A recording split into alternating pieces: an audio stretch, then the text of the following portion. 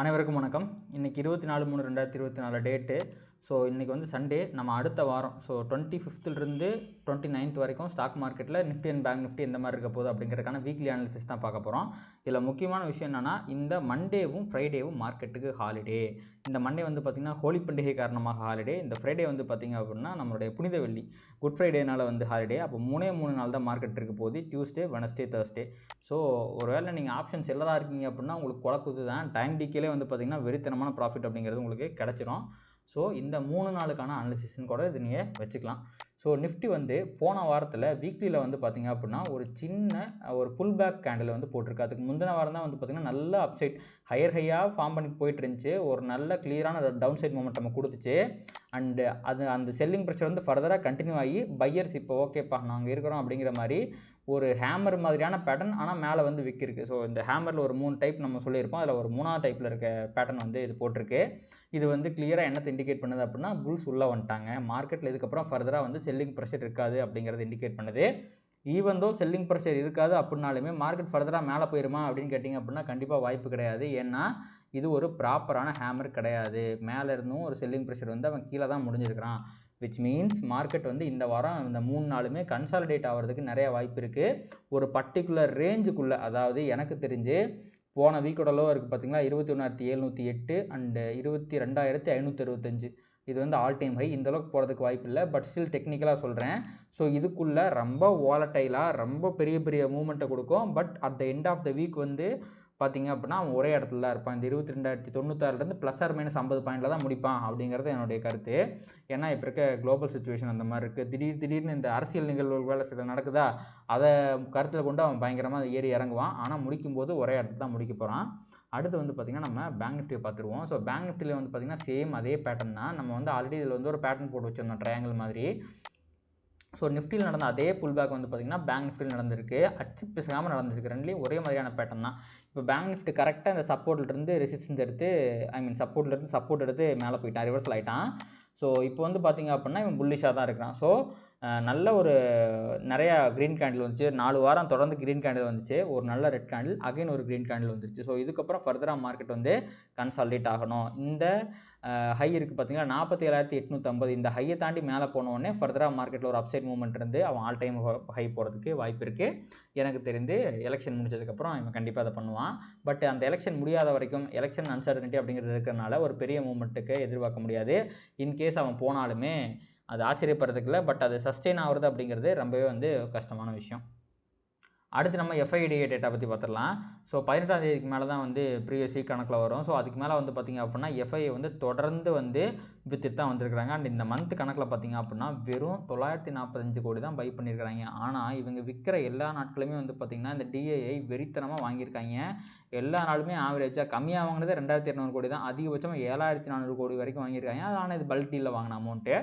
So எல்லாத்தையும் சேர்த்து பார்க்கும்போது இந்த மாதம் 47,000 கோடி உள்ளே இறக்கியிருக்காங்க. மியூச்சுவல் ஃபண்ட் மூலமாக மாதம் DI மியூச்சுவல் ஃபண்டிலிருந்து பயங்கரமாக காசு போயிட்டே இருக்குது. பொதுமக்களோட பணம். அவங்க என்ன பண்ணுறதுனே தெரியாமல் வெறித்தனமாக இறக்கிட்டே இருக்காங்க. ஆனால் இவங்க ப்ராஃபிட் புக் பண்ணுறது எப்போ தான் தெரில. அவங்க புக் பண்ணும்போது மார்க்கெட்டில் மிகப்பெரிய ஒரு ஃபால் கண்டிப்பாக வரதான் போகுது. ஏன்னா எனக்கு தெரிஞ்சு ஒரு 3 வருஷமாகவே வந்து DI யாருமே ப்ராஃபிட் புக் பண்ணாமே தான் ஓடிக்கிட்டு இருக்காங்க. 3 வருஷமாகவே மார்க்கெட்டை பயங்கரமாக சப்போர்ட் பண்ணிட்டுருக்காங்க. அப்போ இவங்களும் சம்பாதிக்கணும் அப்படின்னா ப்ராஃபிட் அப்படிங்கிறத புக் பண்ணணும்.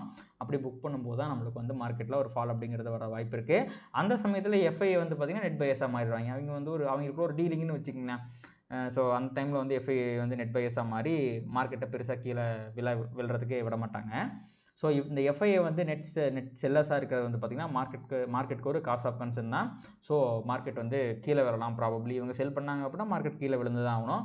அந்த இடத்துல DI வந்து வாங்குகிற அமௌண்ட்டை பொறுத்து இதே மாதிரி அக்ரெசிவாக வாங்கினா மார்க்கெட் வந்து மேலே வந்துடும். சப்போஸ் கீழே விழாமல் மட்டும் அவங்க சப்போர்ட் பண்ணுறாங்க அப்படின்னா மார்க்கெட் வந்து கன்சாலிடேட் ஆகிறதுக்கு வாய்ப்பு இருக்குது. அடுத்து நம்ம CPR இண்டிகேட்டரை பேஸ் பண்ணி நம்ம வந்து Nifty and bank Nifty analyse பண்ணிடலாம். அதுக்கு நான் வந்து நெக்ஸ்ட் வீக் CPR போட்டுறேன், வெயிட் பண்ணுங்கள். எஸ், நம்ம வந்து CPR லைன்ஸை வந்து பிளாட் பண்ணி முடிச்சாச்சு.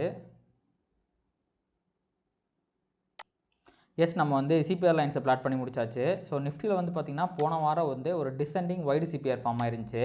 ப்ரைஸ் வந்து பார்த்திங்கன்னா கீழே ஓப்பன் ஆகி நல்லா கீழே போய் கரெக்டாக S1 கிட்ட ரிவர்சல் எடுத்து வந்து CPR கிட்டேயே முடிஞ்சிருச்சு. ப்ரைஸால் சிபிஆரை தாண்டி மேலே போக முடியாதனால இந்த வாரமே வந்து பார்த்திங்க அப்படின்னா நிஃப்டியில் வந்து ஒரு டிசெண்டிங் வைடு சிபிஆர் தான் ஃபார்ம் ஆயிருக்கு. இப்போ வந்து பார்த்திங்கன்னா ப்ரைஸ் வந்து சிபிஆர் கிட்ட இருக்குது. ஓகேங்களா? ஸோ ப்ராபப்ளி இது வந்து R1 தாண்டுற பட்சத்தில் ஒரு புல்லிஷாக போகிறதுக்கு வாய்ப்பு இருக்குது. அதே மாதிரி கீழே S1 and previous day low கிட்டத்தட்ட இந்த 21,700 கீழே தாண்டிச்சு அப்படின்னா அது வந்து நெகட்டிவாக போகிறதுக்கு வாய்ப்பு இருக்குது. ஸோ இது ரெண்டுமே நடக்கலை அப்படின்னா ப்ரைஸ் ப்ராபப்ளி இந்த 700க்கும் இந்த R1க்கும் இடையில, அதாவது 22,281னா 300. ஸோ இந்த 700க்கும் 300க்கும் இடையில ஒரு 600 பாயிண்ட்டுக்குள்ளே ப்ரைஸ் கன்சாலிடேஷன் ஆகிறதுக்கு தான் இந்த 3 நாளில் நிறையா ப்ராபபிலிட்டி இருக்க மாதிரி எனக்கு தெரியுது. வித் ஹியூஜ் வால்டாலிட்டி, அதாவது டக்குன்னு கீழே போகிற மாதிரி போவான், திருப்பி மேலே வந்துடுவான், மேலே போகிற மாதிரி போவான், திருப்பி கீழே வந்துடுவான். ஸோ இந்த மாதிரி ஒரு கன்சாலிடேஷன் நடக்கிறதுக்கு வாய்ப்பு இருக்குது. இன்கேஸ் இங்கே வந்து 800 கீழே பிரேக் ஆகிற பட்சத்தில் மேலே வந்து பார்த்திங்க அப்படின்னா இந்த 22,300 பிரேக் ஆகிற பட்சத்தில் மட்டுமே நிஃப்டி அப்படிங்கிறவன் வந்து புல்லிஷாக மாறுவான். அது வரைக்கும் அவன் வந்து சைடுவேஸில் தான் இருப்பான். ஸோ இது வந்து நிஃப்டியை பொறுத்த வரைக்கும். அடுத்து நம்ம அப்படியே பேங்க் நிஃப்டிக்கு போயிடலாம். ஸோ பேங்க் நிஃப்டியில் சேம் அதே கதை தான்.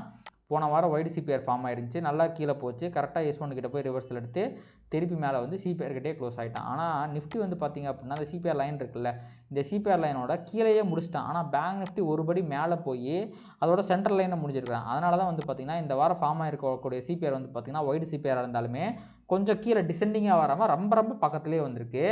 அதே மாதிரி இங்கே ஸ்பேஸ் பார்த்திங்க அப்படின்னா உங்களுக்கு சிபிஆருக்கும் S1க்கும் இடையில ரொம்ப கம்மியாக இருக்குது. அதே மாதிரி சிபிஆருக்கும் R1க்கு இடையில ரொம்ப அதிகமாக இருக்குது. ஸோ ப்ரைஸோட மூவ்மெண்ட்டுக்குமே வந்து பார்த்திங்கன்னா மேலே போகிறதுக்கு தான் ஸ்பேஸ் அதிகமாக இருக்கே ஒழிய கீழே வந்து பாருங்கள் சிபிஆர் கிட்ட சப்போர்ட் எடுக்கிறதுக்கு வாய்ப்பு இருக்குது. சிபிஆர் தாண்டி கீழே வந்தால் பக்கத்துலேயே வந்து இவன் இருப்பான், S1 இருப்பான், அங்கே சப்போர்ட் எடுக்கிறதுக்கு வாய்ப்பு இருக்குது. அப்படியே கீழே போனால் நம்மளுடைய லைன் இருக்குது, சப்போர்ட் லைன் இருக்குது, அந்த இடத்துல சப்போர்ட் எடுப்பான். அப்படியே தாண்டி கீழே போனான்னா ப்ரீவியஸ் வீக் லோ இருக்குது, அந்த இடத்துல சப்போர்ட் எடுப்பான். ஆனால் மேலே இது எந்த பிரச்சனையும் கிடையாது, அவன் பாட்டுக்கு ஜாலியாக போயிட்டு இந்த R1 கிட்ட ரெசிஸ்டன்ஸ் எடுத்து கீழே வரக்கு தான் வாய்ப்பு இருக்குது. அதே மாதிரி இந்த 300ஐயும் தாண்டுற பட்சத்தில் 47,300ஐயும் தாண்டுற பட்சத்தில் கண்டிப்பாக அவன் வந்து ஃபர்தராக மேலே போகிறதுக்கு நிறைய வாய்ப்புகள் இருக்குது.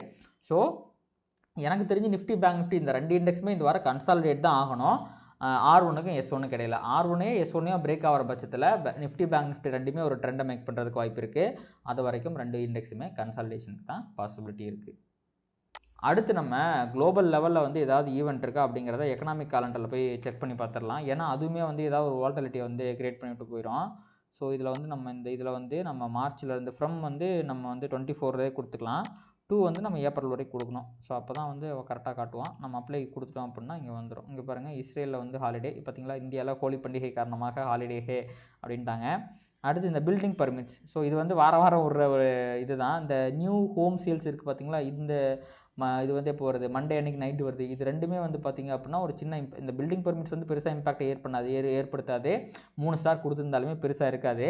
பட் இந்த நியூ ஹோம் சேல்ஸ் இருக்குது பார்த்திங்களா, இது கண்டிப்பாக வந்து இன்ஃப்ளேஷன் ரிலேட்டடான ஒரு டேட்டா தான். அதனால் வந்து பார்த்திங்கன்னா இவன் வந்து ஏதாவது ஒரு இம்பாக்டை கிரியேட் பண்ணுறதுக்கு வாய்ப்பு இருக்குது. அதே மாதிரி டியூஸ்டே அன்றைக்கி நைட் வந்து பார்த்திங்கன்னா இந்த கன்சியூமர் கான்ஃபிடன்ஸ் டேட்டா வரப்போகுது. அதே மாதிரி டியூரபிள் குட் ஆர்டர்ஸ் இதோட டேட்டா வரப்போகுது. இது ரெண்டும் வந்து பார்த்திங்கன்னா அந்தளவுக்கு பெருசாலாம் ஒன்றும் கிடையாது. வெனஸ்டே அன்றைக்கி நைட் எந்த ஈவெண்ட்டுமே கிடையாது. அதனால் நிஃப்டியில் நம்ம ஏதாவது ஓவர் நைட் பொசிஷன் எடுக்கிறோம் அப்படின்னா வெனஸ்டே அன்றைக்கி தைரியமாக எடுக்கலாம். ப்ளஸ் பேங்க் நிஃப்டிலுமே மிகப்பெரிய ஈவெண்ட், நம்மளுடைய அமெரிக்க மார்க்கெட்டை திருப்பி போடுற அளவில் எதுவுமே வரல. இம்பார்ட்டன்ட் ஈவெண்ட்டாக இருந்தாலுமே அது வந்து மிகப்பெரிய கேப் டவுனாக கிஃப்ட் நிஃப்டியில் கொண்டு வரதுக்கு வாய்ப்பு இல்லை. ஸோ இந்த வாரம் வந்து பார்த்திங்கன்னா பெரிய ஒரு பிரச்சனை இல்லாமல் நிம்மதியாக நம்மளால் ஓவர் நைட் பொசிஷன்ஸை ஹோல்ட் பண்ண முடியும், பெரிய ஈவெண்ட் இல்லாத காரணத்தால்.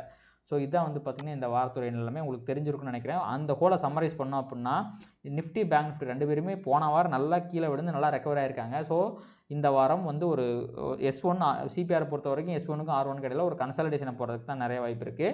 அது நடக்குதா அப்படிங்கிறத பொறுத்திருந்து பார்ப்போம்.